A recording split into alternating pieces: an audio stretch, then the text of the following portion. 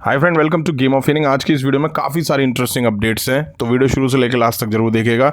हो सकता है वीडियो बड़ी भी हो, क्योंकि डिटेल्स में यहाँ पे आज मैं अपडेट कुछ कवर करने वाला हूँ। तो वीडियो पसंद आए तो लाइक, शेयर, सब्सक्राइब करना बिल्कुल नहीं भूलिएगा। सबसे पहले शुरुआत कर लेते हैं फिन बैलर के से, जो कि रॉ पे वर्ल्ड टैग टीम चैंपियंस के तौर पर दिखाई दे रहे हैं कबाब में हड्डी जेडी के साथ।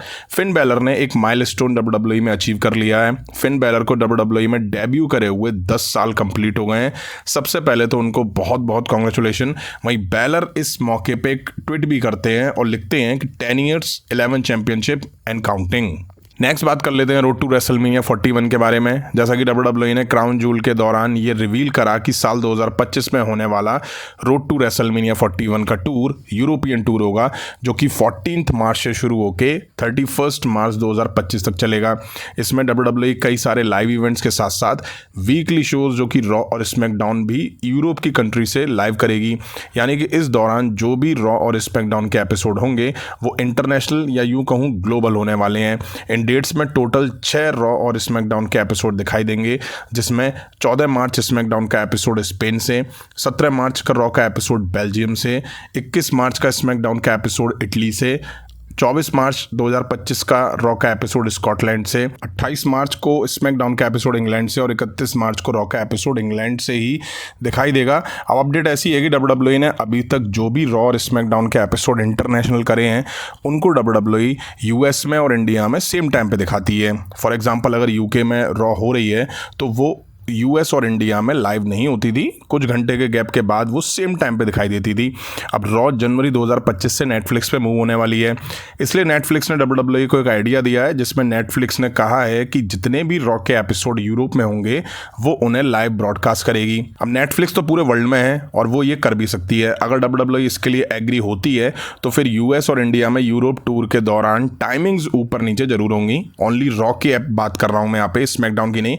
अगर ऐसा होता है तो यूएस में दोपहर में रॉ लाइव होगी, इंडिया का अभी नहीं कह सकते हैं। अब देखते हैं डब्ल्यूडब्ल्यूई इस पे एग्री होती है या नहीं होती है, या जैसे पहले चल रहा था वैसे ही रहेगा नेटफ्लिक्स पे मूव होने के बाद भी। नेक्स्ट बात कर लेते हैं बॉबी लैशली के बारे में। जैसा कि कुछ टाइम पहले मैंने बताया था कि बॉबी लैशली एईडब्ल्यू ज्वाइन कर सकते हैं और ऐसा फाइनली हो चुका है। वहीं बॉबी लैशली के चांसेस इसलिए भी थे क्योंकि डब्ल्यूडब्ल्यूई में हर्ट बिजनेस के मेंबर एमवीपी और शेल्टन बेंजामिन एईडब्ल्यू ज्वाइन कर चुके थे और बॉबी लैशली डब्ल्यूडब्ल्यूई को लगातार टारगेट कर रहे थे। तो अब एईडब्ल्यू डायनामाइट में बॉबी लैशली एमवीपी और शेल्टन बेंजामिन के साथ ही दिखाई दिए हैं। एईडब्ल्यू में इस फैक्शन का नाम हर्ट सिंडिकेट दिया गया है। बैक स्टेज ये तीनों रिकोशे से मिलते हैं और उनको उनके टैग टीम मैच के लिए कांग्रेचुलेट करते हैं। अब आगे की जो अपडेट है वो रिलेटेड है स्ट्रीट प्रॉफिट्स से, मतलब कि स्ट्रीट प्रॉफिट्स के मेंबर फॉर्ड से। फॉर्ड ने डब्ल्यूडब्ल्यूई में मिल रहे पुश और बुकिंग पर रिएक्ट करते हुए नाराजगी दिखाई है। उन्होंने कहा है कि जब भी डब्ल्यूडब्ल्यूई में बेस्ट टैग टीम्स की बात आती है हमारा नाम उसमें नहीं आता है। उन्होंने क्लियर डब्ल्यूडब्ल्यूई को कहा कि हमारे बारे में कुछ बात नहीं होती है। अब हाल ही में फॉर्ड ने एक पोस्ट करी जिसमें लिखा, no matter what may come we do this together my brother forever. मतलब कि चाहे कुछ भी हो जाए यह काम हम साथ साथ करेंगे मेरे भाई, हमेशा के लिए। अब फॉर्ड यहाँ कौन से काम की बात कर रहे हैं वो क्लियर नहीं है, और वैसे भी दोनों अभी डब्ल्यूडब्ल्यूई में साथ ही दिखाई दे रहे हैं। मैं यहाँ पे डॉकिंस की बात कर रहा हूँ। अब कहीं फॉर्ड डब्ल्यूडब्ल्यूई से बाहर भी एक साथ जाने की बात तो नहीं कर रहे हैं, या हो सकता है कि स्ट्रीट प्रॉफिट्स टूटने वाली हो और फॉर्ड को सिंगल सुपरस्टार के तौर पर पुश मिले। अब बेशक इनको पुश ना मिल रहा हो, बट आपको बता दूं अब इस टीम को देखने में मज़ा नहीं आता है। अब इन्हें पुश नहीं मिल रहा है या जो भी रीज़न है, बट इनको देखने में मज़ा नहीं आता है। आपको याद होगा कुछ टाइम पहले बॉबी लैशली स्ट्रीट प्रॉफिट्स के साथ आए थे, तब ये हील के तौर पर दिखाई दे रहे थे। हालांकि स्ट्रीट प्रॉफिट्स की एंट्री से लेके प्रोमोज और इन रिंग स्टाइल कैसे भी हील नहीं लगती थी। एंट्री हील के तौर पर इनकी वैसे ही नहीं होती थी, वैसे ही वो एंट्री होती थी जैसे कि बेबी फेस टाइम पे होती थी। फिर पता नहीं डब्ल्यूडब्ल्यूई ने इनको अचानक से फेस सुपरस्टार बना दिया फाइनल टेस्टामेंट की एंट्री के दौरान। अब क्रोनोलॉजी समझिए, पहले एईडब्ल्यू में एमवीपी गए, फिर शेल्टन बेंजामिन गए, फिर बॉबी लैशली, और अब फॉर्ड भी ऐसी बातें कर रहे हैं जैसे कि इन तीनों ने एईडब्ल्यू में जाने से पहले करी थी। और अब बॉबी लैशली भी स्ट्रीट प्रॉफिट्स के साथ काम कर चुके हैं कुछ टाइम डब्ल्यूडब्ल्यूई में। मैं आपको बता दूं साल 2019 में स्ट्रीट प्रॉफिट्स ने डब्ल्यूडब्ल्यूई के साथ मल्टीपल ईयर डील साइन करी थी। तो हो सकता है कि वो डील अब खत्म होने पर हो, क्योंकि उसको साइन करे 5 साल हो गए हो, तो शायद इसीलिए फॉर्ड इस तरह की बातें कर रहे हों। नेक्स्ट बात कर लेते हैं सर्वाइवर सीरीज वॉर गेम्स के बारे में। जैसा कि OG blood line versus blood line के बीच ही वॉर गेम्स इस साल का दिखेगा और WWE इस तरफ ही बढ़ रही है। अब वॉर गेम्स 5 वर्सेस 5 सुपरस्टार के बीच होता दिखाई दिया है, बट इस साल वॉर गेम्स को लेकर अपडेट ऐसी आ रही है कि WWE 4 वर्सेस 4 मैन सुपरस्टार के बीच वॉर गेम्स की प्लानिंग कर रही है। अब 4 वर्सेस 4 के चांसेस ज़्यादा नज़र आ रहे हैं क्योंकि सोलो सिकोवा, जैकब फातू, टामा टोंगा, टांगा लोआ, वहीं दूसरी साइड रोमन रेंज, ऊसोस और सैमी ज़ेन होंगे जहाँ तक दिखाई दे रहा है। अब अगर WWE 5 वर्सेस 5 कराती है तो दोनों टीम में एक एक सुपरस्टार को ऐड करना पड़ेगा, जो कि करंट रोस्टर से तो पॉसिबल नहीं है।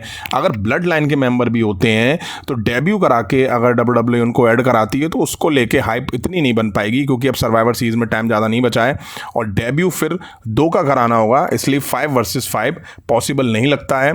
अब एक साथ तो WWE 2 सुपरस्टार का डेब्यू कराएगी नहीं और अगर डेब्यू कराना होगा तो जल्द से जल्द इनका डेब्यू कराना होगा सर्वाइवर सीरीज से पहले। और मुझे ऐसा लगता नहीं है कि WWE जल्दबाजी में 2-2 लोगों का डेब्यू करा दे, तो मुझे लगता है इस साल 4 वर्सेस 4 वॉर गेम्स ही दिखाई देगा। नेक्स्ट बात कर लेते हैं कॉडी रूड्स के बारे में, जो कि अनडिस्प्यूटेड WWE चैंपियन है। बताया जा रहा है कि WWE एक्सट्रीमली हैप्पी है कॉडी रूड्स के चैंपियन रेन से और नियर फ्यूचर में कोई प्लान्स नहीं है उनके टाइटल रेन को एंड कराने का।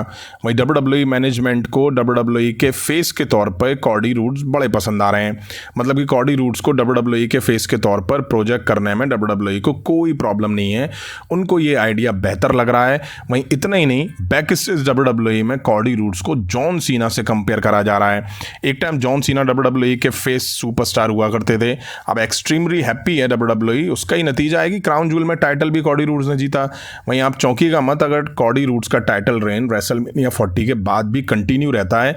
वैसे भी कॉडी रूड्स रेसलमेनिया 40 में चैंपियन बने हैं और उनके हर मैच प्रेडिक्टेबल होते हैं। वहीं उनसे पहले चैंपियन रहे रोमन रेंस के एक टाइम के बाद मैचेस प्रेडिक्टेबल लगना शुरू हो गए थे। शुरू में रोमन रेंस के मैचेस इतने प्रेडिक्टेबल नहीं लगते थे जितने कॉडी रूड्स के केस में शुरू से ही लग रहे हैं। नेक्स्ट बात कर लेते हैं रोमन रेंस, कॉडी रूड्स और CM पंक के रॉ ब्रांड पे जाने को लेकर के। तो क्या हमें रेसलमेनिया 41 से पहले ही ड्राफ्ट देखने को मिलने वाला है? जैसा कि जनवरी 2025 से रॉ नेटफ्लिक्स पे दिखना शुरू होगा। वहीं बताया जा रहा है कि नेटफ्लिक्स ने एक डिमांड रख दी है। नेटफ्लिक्स चाहता है कि रॉ ब्रांड पे कॉडी रूड्स, CM पंक और रोमन रेंस एक साथ रहें। अब कॉडी रूड्स और CM पंक तो अभी हाल फिलहाल रॉ पर ही दिखाई दे रहे हैं, बट बड़ी बात यह है कि नेटफ्लिक्स रोमन रेंस को रॉ ब्रांड पे चाहता है। अब देखिए, चांसेस ऐसे हैं कि रॉ जब नेटफ्लिक्स पे जाएगा तो WWE रोस्टर को सफल करेगी, मतलब कि कुछ सुपरस्टार के ब्रांड में चेंजेस वगैरह होंगे। वहीं अब सवाल ये कि रोमन रेंस रॉ ब्रांड पे आ सकते हैं या नहीं। तो देखिए, रॉ जनवरी में नेटफ्लिक्स पे दिखाई देगी, तब तो मुश्किल है वो रॉ पर दिखाई दें। हाँ, हो ये सकता है कि WWE उनकी अपीयरेंस स्मैकडाउन के साथ साथ रॉ पर भी दिखाना शुरू कर दे। ऐसा इसलिए क्योंकि रोमन रेंस ब्लड लाइन के साथ स्टोरी लाइन में है और रोमन रेंस को रॉ पर डालने का मतलब है कि ब्लड लाइन के और भी मेंबर्स को रॉ पर डालना होगा। वैसे भी अभी तो दोनों ब्रांड के सुपरस्टार रॉ और स्मैकडाउन में दिखाई दे रहे हैं, तो हो सकता है कि WWE नेटफ्लिक्स की डिमांड को ब्रांड स्प्लिट खत्म करके पूरा करे, कम से कम रेसलमेनिया 41 तक। हाँ, उसके बाद ड्राफ्ट होगा तो WWE कुछ डिसीजन ले सकती है कि किसको किस ब्रांड पे रखना है। रेसलमेनिया 41 से पहले ड्राफ्ट का मतलब बनता नहीं है। हो सकता है कि WWE कहे नेटफ्लिक्स से कि हम ब्रांड स्प्लिट एंड कर रहे हैं, रॉ का सुपरस्टार स्मैकडाउन में और स्मैकडाउन के सुपरस्टार रॉ में दिखाई दे सकते हैं, जैसा कि अभी दिखना शुरू हो भी गए हैं। ब्लड लाइन के केस में स्पेशल आप देख रहे होंगे, जे उसो स्मैकडाउन पे जा रहे हैं, अब जो न्यू ब्लड लाइन है वो रॉ पर आ रही है। तो इस तरह से चीज़ें हमें देखने को मिल सकती हैं।